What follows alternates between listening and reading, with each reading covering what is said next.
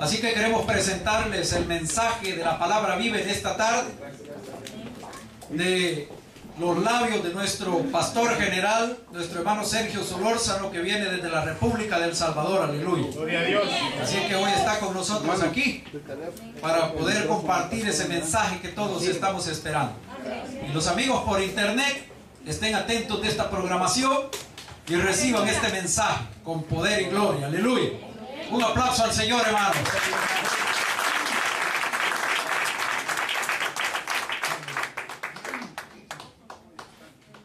Gloria a Dios. Ya, Gloria a Dios. Gracias. Bueno, échele volumen, hermanito. Échele volumen. Todavía no, dele más. Eso. Dios los bendiga, queridos amigos y hermanos. Es una bendición muy especial estar reunidos este día. Hemos intentado alabar al Señor, pero aquí estamos todavía listos para oír el mensaje de la palabra del Señor. La Biblia, la palabra de Dios es buena en toda circunstancia, en todo momento. No hay ocasión donde la Biblia no caiga bien. No es así como un atol o una langosta o un cangrejo o carne de culebra que a veces cae mal, ¿no? Pero la palabra de Dios siempre cae bien. La palabra de Dios Dios siempre tiene el consejo, siempre tiene lo adecuado para nosotros, y espero que esta tarde algún provecho obtengamos. Quisiera leer una porción de la Biblia, y antes de hacerlo quisiera hacer una oración para que Dios nos bendiga. Padre nuestro que estás en los cielos, santificado sea tu nombre. Te damos gracias por poder adorarte, poder reunidos, expresar nuestra gratitud a ti. Ahora, Señor, rogamos que hables a nuestros corazones. Precioso Espíritu Santo, guíanos, dirígenos. En el nombre de Jesús, nuestro Señor. Para la gloria de tu nombre, oh Dios, lo pedimos. Amén. Digan amén. Amén. Puestos de pie, vamos a leer la Biblia, para que no se aburran de estar sentados. Es breve la porción que voy a leer esta tarde. Vamos a leer Libro de los Jueces, capítulo número 1 del Libro de los Jueces. Y también vamos a leer dos porciones. El Éxodo capítulo número 14. Éxodo número 14, capítulo número 14, perdón, 14:30. Y del capítulo del Libro de los Jueces, capítulo número 2. Libro de los Jueces, capítulo número 2. Vamos a leer solamente un versículo también. A ver si lo hayan. A ver si todas las Biblias tienen jueces y todas las Biblias tienen Éxodo.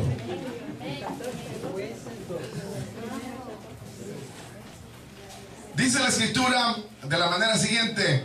Vamos a leer primero vamos a leer Jueces, libro de los Jueces, capítulo número 2, versículo número 5. Y llamaron el nombre de aquel lugar Boquim, y ofrecieron allí sacrificios a Jehová. Amén. Les dije que era breve. Jueces, para los que no lo han encontrado todavía, Jueces capítulo 2, versículo número 5, dice: y llamaron el nombre de aquel lugar Boquim, y ofrecieron ahí sacrificios a Jehová. Éxodo 14, versículo número 30. Así salvó Jehová aquel día a Israel de mano de los egipcios.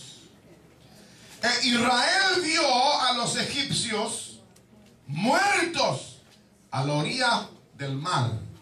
Una vez más, así salvó Jehová aquel día a Israel de mano de los egipcios. E Israel vio a los egipcios muertos a la orilla del mar. Amén. Gloria a Dios. Tengan la bondad de sentarse. Los que tienen donde sentarse. Gloria a Jesús. Esta tarde, queridos hermanos, hemos leído estas dos porciones de la Biblia que ahora ya no tienen que leer la Biblia. Ahora pongan atención. Ahora vamos a meditar en estas dos porciones de la Biblia que tienen alguna relación. Por eso es que los leí, aunque están en libros diferentes, pero tienen alguna relación que quisiéramos hacer notar este día. Quisiéramos principalmente, a la luz de las dos porciones, quizás hablar algo con respecto a la manera de evitar el dolor. ¿Cómo podemos evitar el dolor? ¿Cómo podemos evitar el dolor? Para ser exacto, el llanto. A veces dicen que los hombres no lloran, pero aunque no lloren, sufren. Si no, miren cómo están de canosos algunos. Y a otros el pelo se les está cayendo. O sea que dicen que no lloran, pero sufren. Y las mujeres, no sé quién sufre más, si las señoras o los hombres. Yo creo que todos sufren, ¿no? Pero de todas maneras, vamos a meditar algo cómo superar sería mejor la palabra, no evitar, pero cómo superar el dolor. Y para ser literal, Boquim, por lo menos aquí en esta Biblia, no sé si en la suya dice, quiere decir los que lloran. No sé si ya lo leyeron, pero Boquim quiere decir los que lloran. Por eso es que leí específicamente el verso 5 que dice: llamaron a aquel nombre Boquim, y ofrecieron ahí sacrificios a Jehová. Llamaron a aquel lugar Boquim porque ahí ¿qué? Porque ahí ¿qué? Lloraron. Porque ahí lloraron. Pongan atención, hermanita, no le esté quitando ahorita la atención a la gente, esta hermana, que en mal momento recoge los papeles, ¿no? La Biblia llama aquí, y leí esta porción llamada y ahí lloraron. Y quiero recordar también aquella porción de Pedro, cuando dice la Biblia que en el Evangelio seguía a Cristo de lejos y capturaron al Señor y él lo siguió de lejos, y luego Jesús salió de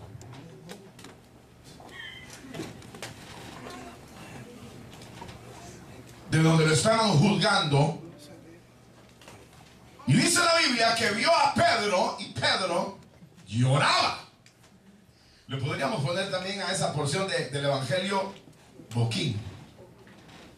O tal vez usted se debería llamar Boquim. Hay gente que es llorona, viejas lloronas. Y hombres también llorones, ¿no? Pero no sé, lo importante de esto es cómo evitar el dolor. Esa sería cómo enfrentar el dolor. Para nosotros, oiga bien acá al frente, la Biblia la vamos a leer después, pero para nosotros entender por qué la Biblia le llama a aquel lugar, o le llamaron a aquel lugar Boquim.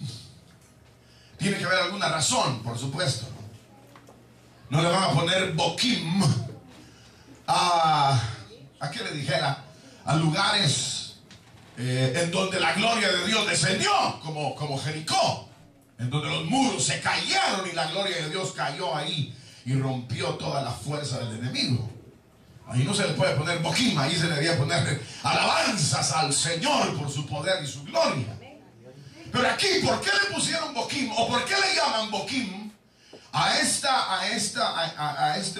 momento, a este lugar, en esa situación? ¿Por qué es que le llaman Boquim a aquel lugar? Ahora aquí tenemos que señalar sencillamente que dice la Biblia que el ángel de Dios, así empieza el capítulo, el ángel de Jehová, dice, subió de Gilgal. Y luego aquí es donde inicia el asunto este. Dice, yo os introduje, verso número 1, en la tierra de la cual había jurado a vuestros padres, diciendo, no invalidaré jamás mi pacto con vosotros. Ahora aquí encontramos nosotros, en primer lugar, que toda esta situación de lloro, de lamento, Dios quiso definitivamente romper con eso a favor del pueblo de Israel. En el libro del Éxodo, en el capítulo número 3, habla, les decía anoche, que cuando Dios vio a Israel, lo vio atado, golpeado, esclavizado, y entonces Dios decidió romper las amarras de dolor que aquel pueblo tenía y llevarlo a una vida extraordinaria. Eso es lo que dice acá. Dice, os introduje en la tierra de la cual había jurado. Dice, os introduje en la tierra de la cual había jurado a vuestros padres. Es decir, que Dios había decidido romper las ataduras de Egipto, los castigos, porque dice la Biblia que los hebreos construían para los egipcios las pirámides y todo eso. Los hebreos la construían a puro látigo. Entonces ahí es donde Dios quiso romper el dolor, el sufrimiento, y llevarnos a una tierra que fluye leche y miel. Porque esa es la voluntad de Dios. La voluntad de Dios no es que uno esté con el agua hasta el cuello y que uno esté afligido y que uno tenga una vida más o menos. Esa no es la voluntad de Dios. La voluntad de Dios es nuestro bienestar. La voluntad de Dios es nuestra liberación.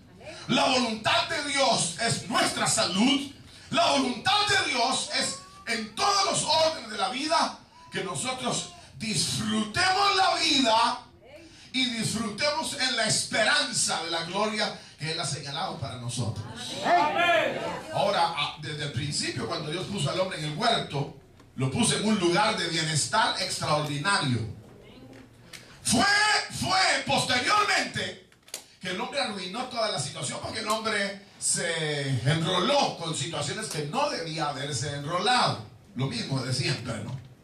Nosotros nos metemos a líos, nos metemos a circunstancias que no debiéramos, y entonces la voluntad de Dios o el bienestar que Dios había dado, a veces empieza a enturbiar, se pone diferente, se oscurece, en lugar de mantener el nivel que la voluntad de Dios revela.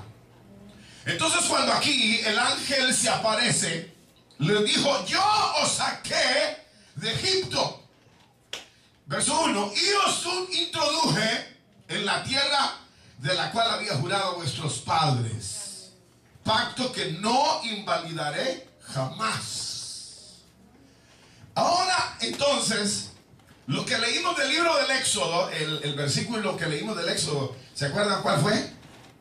Del capítulo, ¿qué fue? 14, capítulo 14, versículo 30, que decía ¿Qué decía? ¿Quién se recuerda? Sin leerlo. ¿Quién decía? No sea tramposo. Sin leerlo. ¿Qué es lo que decía? ¿Qué es lo que? Papá, léanlo pues, vaya. ¿Qué es lo que dice? ¿Quién lo tiene ahí a la mano? Si no lo voy a leer yo, pues, ya que no lo quieren leer. Jueces 14 dice, así salvó Jehová aquel día a Israel de mano de los egipcios. Y luego dice, Israel vio a los egipcios muertos a la orilla del mar. ¿Qué significa eso, hermano, para usted? Que fue una liberación plena. Que fue una liberación plena. Al grado que los egipcios que tenían cautivado a Israel, los vio Israel muertos a la orilla del mar. Digan gloria a Dios, Padre. Gloria a Dios. Porque eso es lo que Dios ha de hacer con todas las presiones y enemigos y situaciones que nosotros enfrentamos. Dios es capaz de hacer, hermano, que las presiones, situaciones, ataduras, demonios y lo que haya queden derrotados. Y que el pueblo de Dios pueda saborear la victoria. Ya se imaginan ustedes cómo después de 400 años de que eso los latigueaban, los cargaban, los afligían, y ahora verlos muertos a la orilla del mar, ¿qué significaba para ellos? Un triunfo total, un triunfo extraordinario que Dios les había dado. Cuando ahora vean ustedes, cuando, hermanos, cuando definitivamente la revelación de Dios llega al corazón humano, sucede, ¿qué sucede, hermano? ¿Qué sucede? ¿Qué sucede? Y eso que está en la primera silla, que tal que estuviera unos 100 metros atrás, ya estaría perdido de una vez. ¿Qué es lo que sucede? ¿Saben qué sucede? Que no ponemos atención, eso es lo primero. Deje la Biblia, ya le dije, hombre. Pero ¿saben ustedes qué es lo que sucede cuando la revelación del Señor llega a la vida? Dice la Biblia, de modo que si alguno está en Cristo, es nueva criatura. Y las cosas viejas las ve muertas a la orilla del mar. Eso sería el símil o el parecido de eso. Lo ve muerto a la orilla del mar. Porque uno triunfa sobre todas las circunstancias debido a la operación extraordinaria, milagrosa, que el Espíritu Santo hace en la vida del hombre. Lo regenera, lo cambia. El Espíritu Santo viene a morar en uno, lo hace templo y morada de Dios.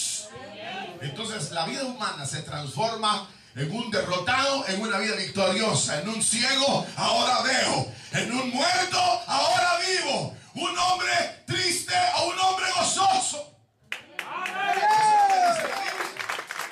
Y ustedes tal vez recuerdan algunas porciones de la Biblia, pero todas son porciones de las que les dije ahorita. Yo era ciego, mas ahora veo. San Juan capítulo 9. Si ustedes recordarán, en 2 Corintios 5:20, en donde el que es nacido de nuevo.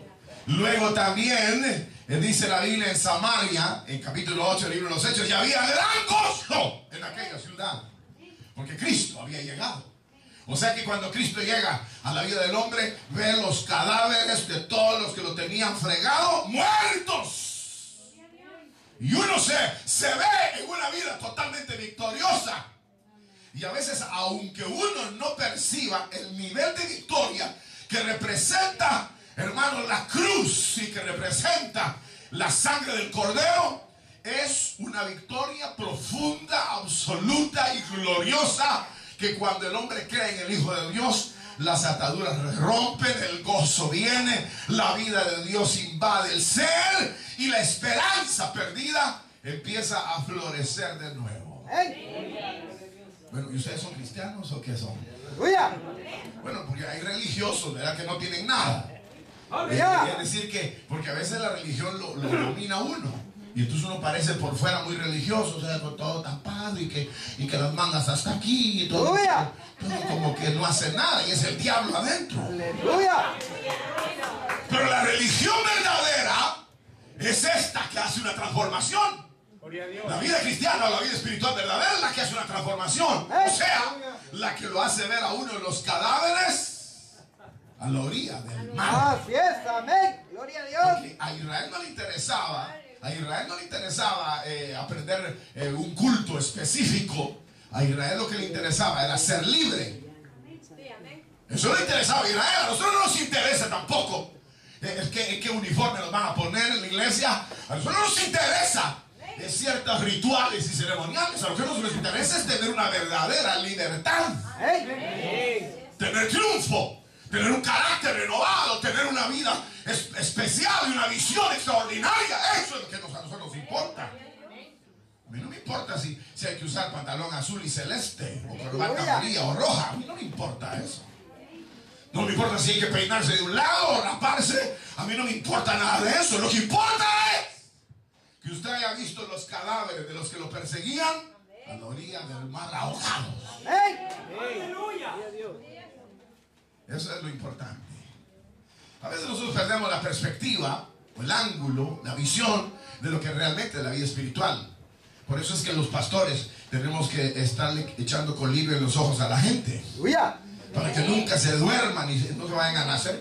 A cada mañana amanecen pegados los ojos de esa cosa que sale aquí. Entonces hay que volverles a echar colirio. Cada culto hay que echarles colirio.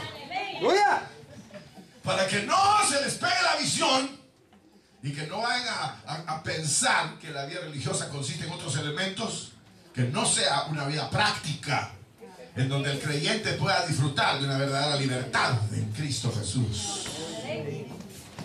¿Son libres? No van a contestar, pues. O sea, estoy preguntando si son libres en Cristo. Pues algunos no. Se les nota todavía. No, una mentira, eso uno no lo puede saber. Porque se acuerdan ustedes cuando Moisés fue a liberar a Séfora. ¿Saben quién era Séfora, no? Me sospecho que no, pero ninguno se los va a contar. Cuando Moisés fue a liberar a Séfora y a sus hermanas, Séfora se fue corriendo a la casa del papá y le dijo: un varón egipcio nos liberó de los pastores que nos querían hacer daño. Y no era egipcio, era Moisés, pero parecía egipcio. A veces uno juzga por la fachada de la gente y se equivoca. Así que ustedes dejen de estar juzgando. Esta vieja vino viendo, miren cómo vino miren, ¿qué le importa a usted? Mientras usted sea un genuino hombre de Dios, una mujer de Dios, que ha visto los cadáveres de los demás a la orilla del mar, alabe la misericordia de Dios, porque Dios ha sido bueno. Pero a veces nosotros juzgamos, si el arito es chiquito, es media cristiana, dice. Si es arito grande, esa vieja anda en pecado. ¿Sabe usted? Tal vez es más cristiana que usted. No fregue. O quizás te viene rapado, o se quiso aquí el moicano, es así. Y dice uno, ya esta señora a saber en qué anda, en el mundo ha de andar. Usted es más mundano que anda juzgando a los demás. Lo que importa es ver la gloria de Dios en derredor y que la gloria de Dios verdaderamente nos ha impactado. Cuando la gloria de Dios ha venido a nuestro corazón, somos más que vencedores en el nombre de Cristo Jesús. Aquí entre nosotros no le vamos a decir a nadie una pregunta: ¿usted se siente más que vencedor cuando recibió a Cristo? Le voy a volver a preguntar, que no todos contestan. ¿Usted cuando recibió a Cristo se siente más que vencedor? Gloria a Dios. Y tiene victoria entonces. Miren, hermanos, no hay, amigos y hermanos, no hay victoria fuera de la relación con Dios en Cristo Jesús. No lo hay. Uno puede tener mucho dinero, puede ser muy culto, puede haber llegado a la luna si quieren, ser astronauta, pero si no tiene a Cristo en su corazón, no tiene manera de tener una victoria. Porque todo lo demás es ficticio, es imaginario, es un drama, es un show, es una apariencia que se vive. Es igual que las drogas. ¿Cuántos de ustedes han probado o probaron antes drogas? No se hagan aquí. Aquí ya no importa, porque ya vimos al diablo muerto alrededor nuestro. ¿Quién usó alguna vez LSD? ¿Quién usted usó ¿cómo se llama esta? Éxtasis. Ninguno. Ustedes le ponían a otra cosa, un tour o qué, ¿qué diablos? Aleluya. Nada. Ah, qué lindos. Pero no por eso son salvos. No porque no hicieron nada, son salvos. Somos salvos por la sangre de Cristo que lavó nuestros pecados. No porque hayamos sido rescatados en la vida pasada. De todos modos nacimos en pecado nos formó nuestra madre y necesitábamos de la sangre de Cristo para ser liberados. Ahora el asunto es que, hermanos, que si nosotros nos pudiéramos mantener en un estado, yo diría, de relación con esa victoria absoluta que Dios da cuando uno viene a Cristo, sería una maravilla.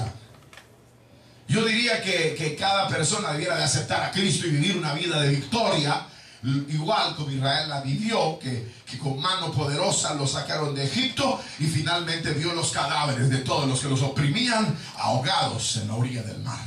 Así deberíamos de vivir.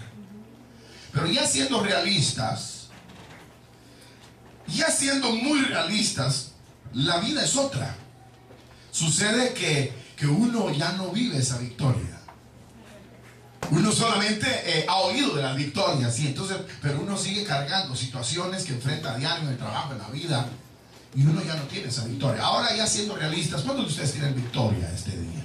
Amén. Ay, hombre, no mientan, pues tampoco. Ya dijimos que tal vez cuando conocieron a Cristo, tal vez vieron los cadáveres, que yo todavía dudo que sea cierto que los hayan visto. Pero digamos que verdaderamente hubo una operación en ustedes de transformación y de cambio. Amén. Digamos, vamos a darles por hecho hoy.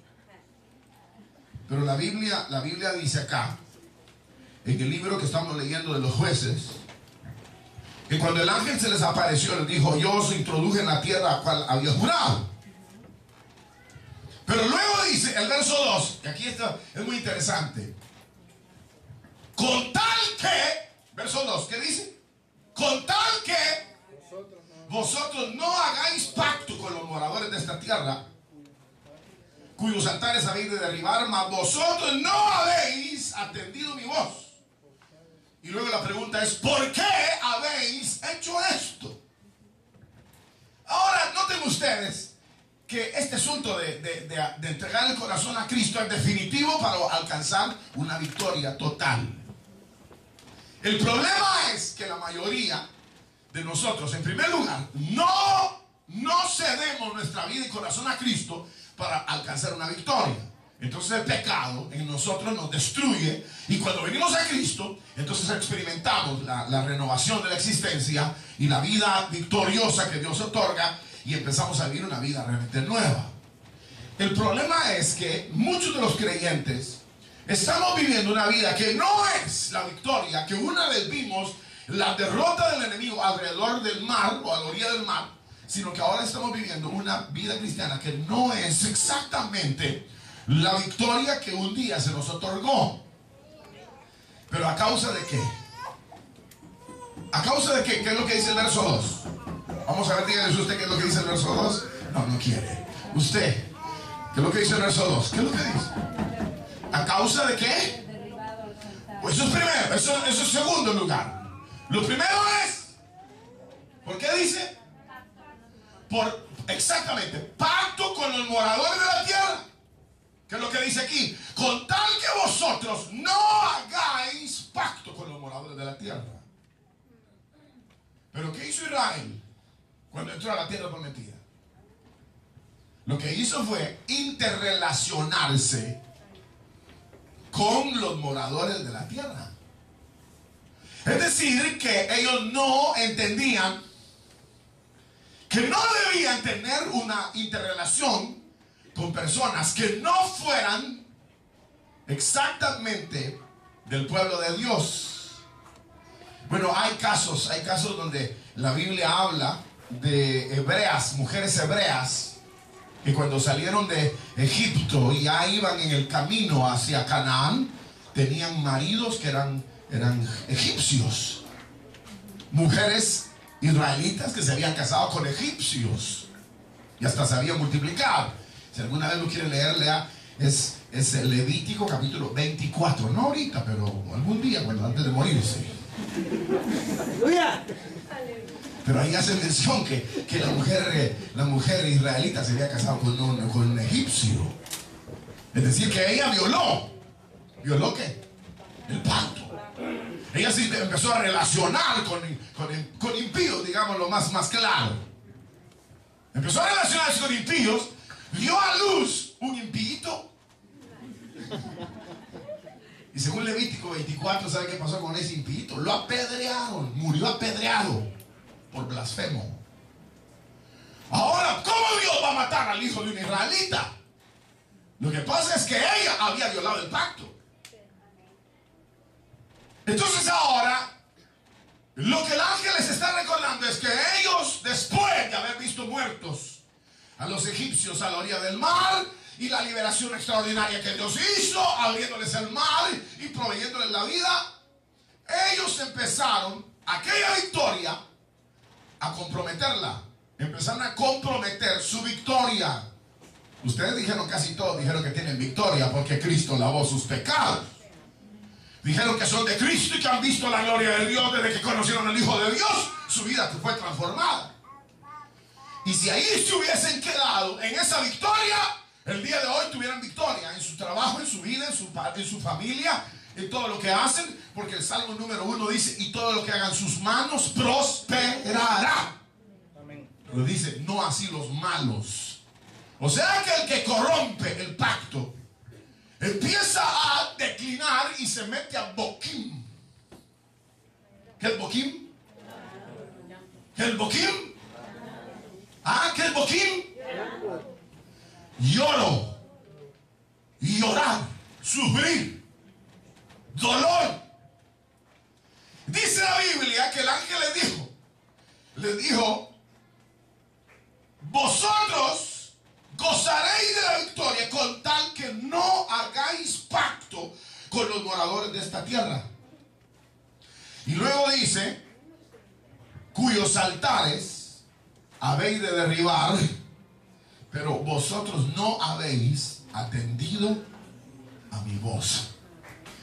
Es decir, que la manera de superar el sufrimiento, el dolor, es venir a Cristo. Él llevará sus pecados, llevará sus culpas, llevará su iniquidad, llevará tus dolores y serás hecha una nueva criatura. Pero para conservar esa victoria, ¿qué es ese problema? Ustedes no sé si saben, pero hermanos allá en el otro continente, en América, aseguran que el 99.9% de la población ha sido bautizada en el nombre del Padre, del Hijo y del Espíritu Santo. Imagínense ustedes, todo el continente prácticamente cree en el Hijo de Dios. Pero ¿cuántos de esos tienen victoria? ¿Cuántos de esos de verdad gozan de una vida victoriosa, de una vida de paz, de una vida de seguridad en su casa, en su trabajo y en la calle y donde anden, una vida tranquila, una vida de desarrollo? ¿Cuántos? Ahí decae el porcentaje. Ahí ha de ser 0.00000 punto medio. Del 99% se decae hasta el 0.0000007. ¡Aleluya!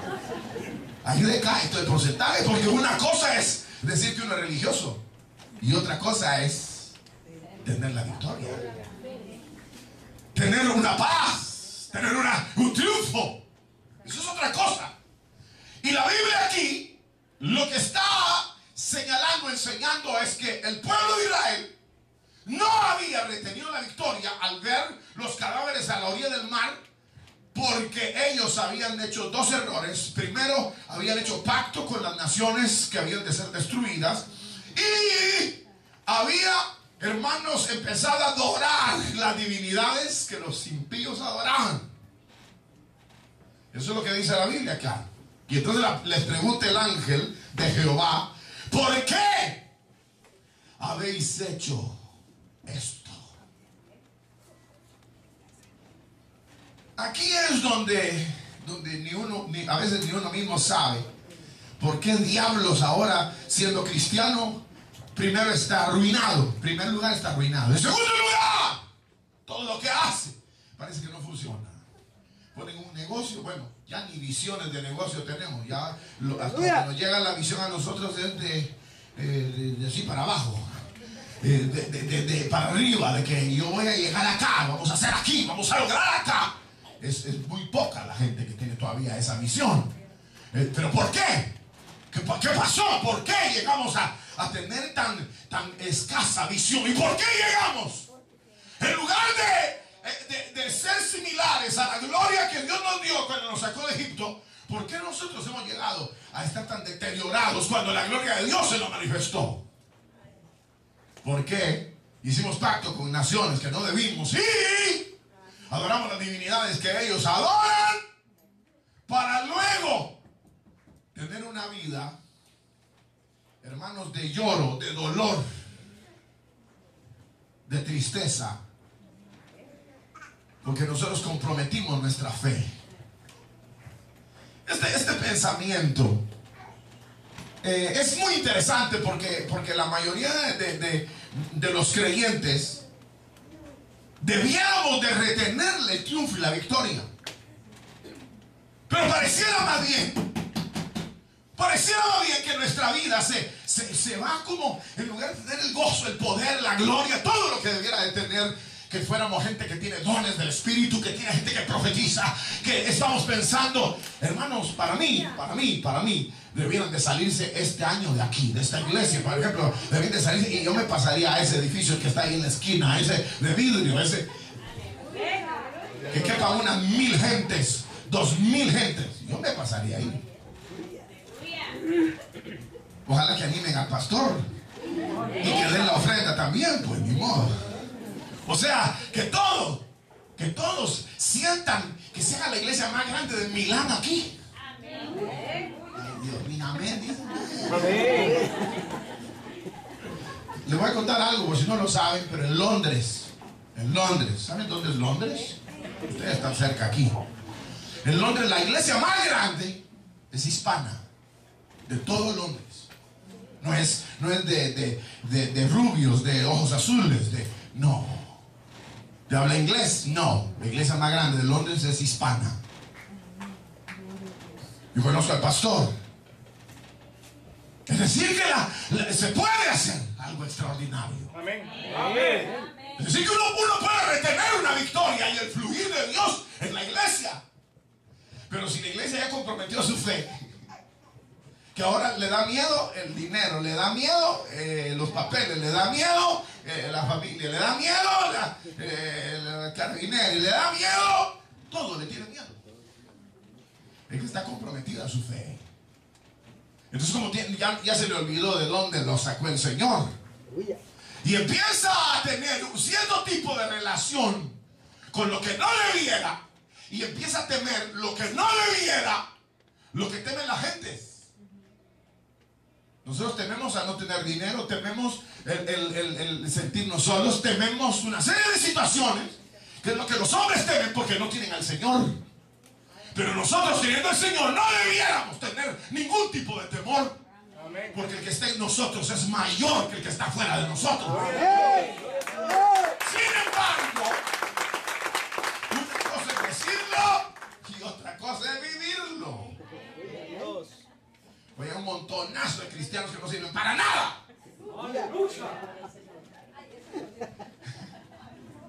De esos son los que están comprometidos en su fe, no con Dios, sino tienen un compromiso con el mundo y con los hombres, y se han deteriorado en su vida y en su marcha espiritual.